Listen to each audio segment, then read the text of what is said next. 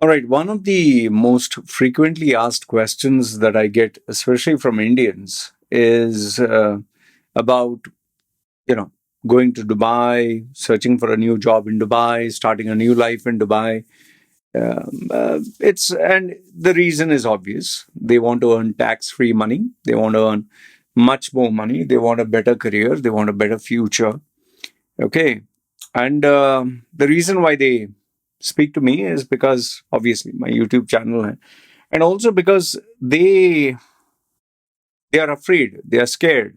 Okay, which you should be, because let's say you have a job in India and then you resign, go to Dubai, and you decide, okay, I'm going to search for a new job, I'm going to start a new life, and but then what if it doesn't go as per plan? What if you don't get a job? What if you go there and you get a job offer, but it's not up to the mark? Or what if you get a job and you realize, sheesh, whatever I'm earning, I'm not able to pay my bills. And even if I pay my bills, I'm left with hand to mouth. What can I send back home? So there are plenty of questions. And on top of that, there are the other factors. They don't know anything of Dubai. They've never been there. Like, for example, if someone were to ask them, would you prefer Al Quain or Al Nar or some other place? They wouldn't know the difference between all the three. They wouldn't know where is Korfakan. They wouldn't know where is Al Nada. They would not know where is Ajman, where is Sharjah, where is, different parts of UAE. So then the question comes, okay, should I go? Shouldn't I go? I don't know. And then there are others who give me their resumes and say, sir, please have a look at my resume. Is it good enough for the UAE market? Like, is this resume like good enough? Good enough in terms of content, in terms of design, in terms of at least being called for an interview. And then you get sometimes these stupid requests. So can you get me a couple of interviews? Like, I don't know the guy. Can you get me a couple of interviews? Sir, I'll even pay you money. And then there are these other guys who believe that if they tell me, okay, I'll pay you money, can you get me a guaranteed job? You tell me how much you want, I'll pay you. I wish it was like, pay me cash and I'll supply you a job. It doesn't work that way. So, what are the factors that you should consider when you go to Dubai? What I've done is I've taken down 9 points, 9 points, which I feel will help you if you're planning to go to Dubai. These are the questions you need to ask yourself.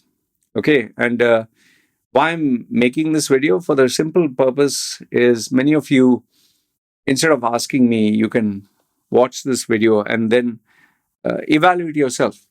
Okay. Whether you should or shouldn't go to Dubai. The first point that I always tell, and it's very surprising that people don't consider this. If you're going down to Dubai to search for a job, or you plan to go to Dubai and try your luck, the first most important thing that you need to keep in mind is you should have enough and more savings that will help you stay unemployed for 6 months to 1 year. Okay, that means whatever salary that you are managing, you need to have 6 months to 1 year worth of savings of that same salaried amount. And I'm not talking about within this amount you have to buy the ticket and within this amount you have to travel. No, ticket is separate, traveling is separate. Once you land there, your meter, your clock starts ticking. Clock in the sense your time, and the expense meter means every day that you stay in Dubai, you have to pay for food, you have to pay for drinks. Drink means water, because it's 50 degrees. Remember, it's super hot. You have to pay for transportation. You have to pay for, miscellaneous expenses, anything, whether it's photocopying a piece of paper or whether it's making a phone call. Every single day, you will have to spend money. And remember, if you take out, let's say, the internet, or you have to make phone calls from your mobile phone, more money, more number of calls, more the amount of money. more you travel, more your expense, more you, let's say, are outside the whole day. Obviously, you'll have to drink and eat food, so expenses shoots up. So you must, number one, have enough money and savings for minimum of 6 months to 1 year. And if you have 6 months of savings, then the maximum time you should stay in Dubai is 4 months. If you have 12 months of savings, the maximum time in Dubai is 10 months. Why? Because after that, you have to come back to India if you don't get anything. And then those 2 months prove to be a buffer to get another job. Because remember, coming down to Dubai and searching for a job, it's not like there is no opportunity cost. There is a massive opportunity cost, and that is you will be spending your money, you'll be eating into your savings, and then you'll have that gap on your CV, which is not a very good thing. Okay. And the biggest one of all is you had a job, you said goodbye to the job with the hopes of a brand new job. So you lost that existing job and all the benefits that came with it. So that's number one. Point number two that you should keep in mind is if plan A doesn't work, that is getting a job in Dubai, do you have a plan B? Okay, if not Dubai, then where? And if in case plan B is coming back to India, then do you have those contacts? Do you have those connections? See, people, I'll tell you this much, the thumb rule. Generally, people are very polite. And especially when you have a job, they'll be very nice. They'll say, hey, don't worry, man. You come back, you send me a message, you talk to me. But when you actually go and ask them at the time of need, at the moment of need, 99.99%, this is the response they give you. Sheesh, man, that time there were jobs. Now the market situation has changed. It's become tough. That time I had the job, but now they'll give some bullshit excuse, some very justifiable reason. And then if you put all your eggs in one basket and you trusted him and he tells you that there was a job before, now it's there, not there, the department closed, the company closed, then you're on the road. So don't believe anybody. Don't take anyone's word. When you come back, you have to have the list of all the contacts and connections, who to get in touch with, and be mentally prepared that the guy will tell you, hey, sorry, man, I had the job before. Now the department closed, company closed, my contact is no longer there. He'll give you a lot of bullshit. Okay, so plan A, plan B, and if possible, plan C. Don't have that do or die, this thing. Yeah, in some cases, you must have the do or die, but if you go do or die, then don't expect things to go your way. You might have to wait 2 years to 5 years to finally correct the situation to reach where it is. Number three, this is a bit of self-awareness, and I've written down the point here. Do you have anything unique about you, a skill, a talent, an experience, or expertise that others do not have, that no competitor has, that they cannot get from anyone other than you? It is unique to you, that skill, talent, experience, customization, whatever. Okay. And it should be good enough that a decision maker, once he comes to know what it is, he'll be enticed to give you an opportunity, at least an opportunity to prove yourself. I'll give you a small example. There was this guy who's a videographer. He does video editing and all that also. So he told me he's planning to go to Dubai to get a job. So I said, the videography and video editing that you do, is that unique? He said, what do you mean? I said, like, what you're doing in terms of video editing, can anyone do it? Like, can you get on Fiverr? Can you get on a freelance website? Can you get somebody, a random guy, to do the job? He said, yeah, anyone can do this job if they have experience. So I said, if anyone can do, then why should the employer take you? If I can get it from a freelance website, I can literally easily get, let's say, someone who takes photographs. Unless you are a photographer who does some kind of signature series photography, or you're some well-known brand that has like maybe taken photographs of all the personalities of Time magazine and all that. Like one of them actually had taken my photograph. He had taken the photograph of George Bush and all the people of Time magazine, and He was visiting UAE. He wanted to take my photograph. As soon as he called me, I normally you would never entertain any photographer just saying, "I'll take some photographs." But for him, when he called me, I ran because this is someone from Time Magazine. Although I can't seem to find out where those photographs are.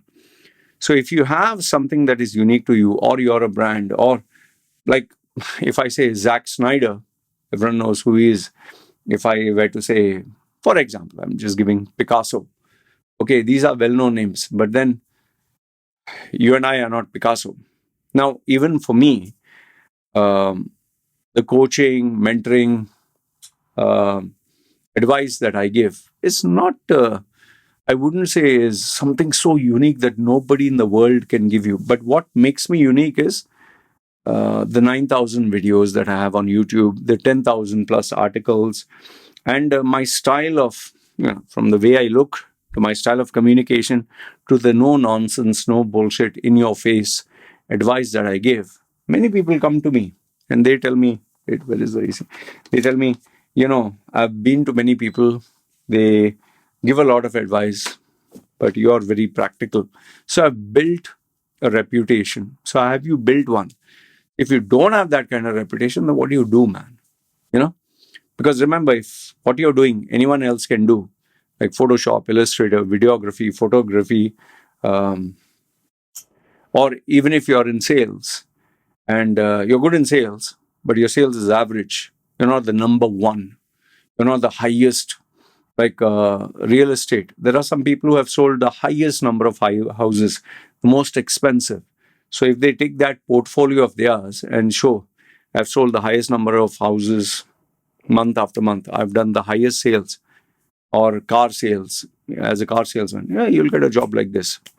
But if not, and even in car sales, are you a Rolls Royce salesperson? Are you a luxury car salesperson? Then that is something unique. But if you just say, I just sell cars, any cars, then anyone can do that, right? Okay.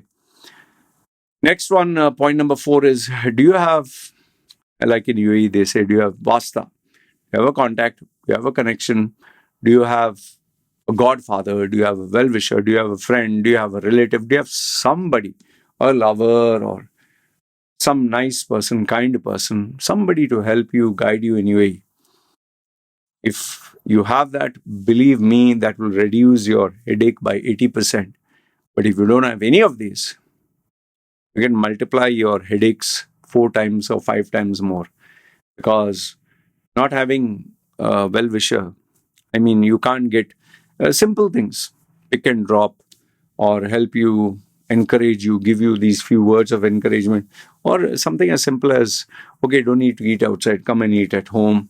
That bit of kindness really helps. And sometimes if you're in a job and you want a reference, or you want someone, you just want to ask advice, having that contact, connection, well-wisher, friend, relative will really help you. Sadly, one thing I've noticed with Indians is if you have relatives and you're in need, they're of no use. That's all. Number 5, a very simple question. Is your resume ready? Okay. By resume being ready, is it in sync, in line with the UAE market? Because remember, the format of the Middle East is different, format of India is different, format of Canada, Australia, USA, all are different. There's no copy paste, one size fits all for all the countries. In Dubai, it's like larger than life, biggest, tallest, highest, greatest. In India, it is, if you show off, then the guy will not even entertain you. It has to be measurable, it has to be reference based, it has to be authentic, it has to be really strong in terms of your credibility. Otherwise, people in India are not stupid, especially at the decision making level. Canada, though, they want it simple, to the point. Don't try to come here and tell me how big your balls are. Even Australia, if you start exaggerating, nobody will call you. Okay. So you need to keep your resume ready based on your target market and the industry that you're applying for. And yes, it has to match your style and present you in a way that the person should say, if he sees your resume, he wants to at least have a Skype call, or Skype is dead anyway. At least have a video call with you, or at least speak to you on the phone. then your resume is ready. Number 6, uh, I may mention this on a previous video. Do you know how to sell, market, position, and talk about yourself? Many people, they just talk vague stuff. I'm leadership, I'm a team player, I'm hardworking, I'm focused. That doesn't fly. You need to be specific. And by specific, please avoid the bullshit. I decreased what cost savings by 14%. I increased sales by 7%. The market share by 0.02%. Please stop that nonsense. Yeah. Who you're trying to bluff, I don't know. This is overused. Every Tom, Dick, and Harry says this. You don't know because you're not dealing with many people. I deal with so many people. I train a lot of people. I hear these cringe-worthy answers, and when they say it, I'm like, oh my goodness, not again. So please know, open your mouth, open your brains, and know how to market, sell, position, and talk about yourself. Okay. Number 7 is, do you have a strategy once you're in Dubai? Okay. Let's say you flew down to Dubai, you landed in Dubai. What's next? Where do you go? Okay, I'll go home, freshen up. Okay, fine. You went home or residence, freshened up. Okay, now where do you go? You go to Jabal Ali? Do you go to Dubai? Do you go to Dera? Do you go to... Which place do you go? The stupid answer is, I'll go to all the recruitment agencies and register. You're wasting your fucking money. You're wasting your fucking time. You're wasting your life. You go to all these recruitment agencies. So then, where do I go? Yeah, that is your problem, and that is what you need to think about, or discuss with your mentor, or discuss with someone who can guide you. You land in Dubai. Okay, I land in Dubai. Now where do I go? Okay, I'll go here. Big building. I'll go right at the top, and I'll start giving my CV every floor, every flat. Yeah, the security will see you on the camera, immediately come up, throw you out, and you're permanently banned. So it's not that simple. It's not that easy. There are hundreds of thousands of people who come and think this is going to be a strategy. It does not work. Okay? Don't think that you are smarter than the system. So number 7 is, what is your strategy once you are in UAE? Number 8 is, this is a kind of a deep-rooted question. Have you considered the implication of your actions? And what do I mean by that? See, I've told you about the opportunity cost. Okay, you're leaving a confirmed job, small salary, for something that is new, and hopefully a better salary, better position, better future. But here's the thing. What if you actually get it? Okay, let's assume you get it. You'll be very happy. Yay, I got a new job. Yay, I got a new position. Yay, tax-free money. Fine. This is what most of you don't know. If after you stay in UAE for a couple of years, your experience in India becomes null and void. People assume, okay, after UAE, I'll go back home to India. People are not going to welcome you with open arms. People are not going to say, oh, Chal, you made good money in India. In Dubai. Good, yeah. Now come back. We'll welcome you. No, they'll be like, why the fuck you came back? You're a refugee. Get lost. Go to Dubai. You're a traitor. And are you aware of the fact that the experience in India is not considered in Dubai, and the experience of the Middle East is not considered in India? And that's the same with Canada, Australia, USA.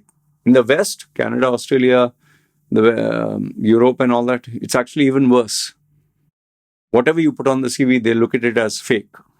Why? Because plenty of Indians have done that. They have lied, they have faked. Now you might go and tell the employer, I'm telling you the truth. Here's the letterhead of the company and the number, you can verify. They don't consider. They will only ask you, do you have local experience, local market contacts, local market knowledge? If you say no, finished. So in the same way, once you move to Dubai, as time passes by, everything that you've done in India will be null and void. So the question is, let's say you went 5 years in Dubai, made good money, 10 years, very good money, but the company shut down, or you no longer like it there, or your health no longer supports you being there, or whatever the reason, it's too expensive, or you realize this is not the life I wanted. When you come back to India now, you'll be shocked to know that the position that you left after you left India, then you worked 10 years. That position before, on the day you left, is from where you will start. So all the extra experience that you have, they're not going to consider. I'll give you one example. There was this guy, let's call him Mr. A.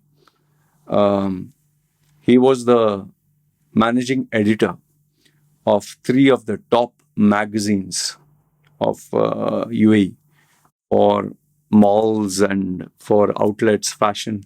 Managing editor. When he came back to India after a very long time, after nearly 20 years, I think, they didn't give him not even assistant managing director. They gave him right at the bottom, right from zero, clerk. You might say that, oh, maybe he was not good at his job. He was very good. I know him personally, not as a client, but as a friend. I know him as a friend. Friend means spend time with him. I was shocked that he was, before that, he was unemployed for 2 years in India. Nobody recognized his experience. So he started off as clerk and slowly went to each level. And finally, now he managed to get, for a very small magazine company, he's the managing editor now, finally. It took him, I think, close to 8-9 years. Just imagine that. So yeah, these are the questions and these are the factors you need to consider if you want to go to Dubai. I'm not trying to discourage you, and I'm not saying that Dubai is not a good place. Dubai is a very good place. Very, very, very good place if you know how to navigate through the hurdles that you get. And yes, you can make good tax-free money.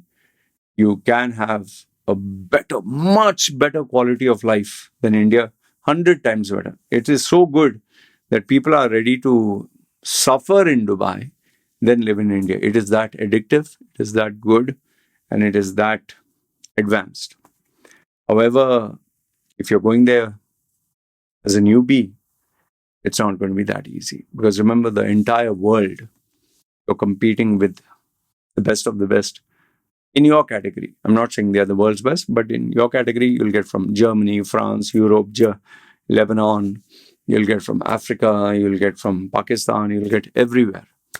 So where do you stand is a big question. In India, at least you compete with Indians, but here you'll be competing with a global audience, global talent. So yeah, I hope this answers your question. Good, bad, ugly, feel free. Comment down below in the comment section. And if you have any other doubts, just type it out. All right. You guys take care. This is me signing off.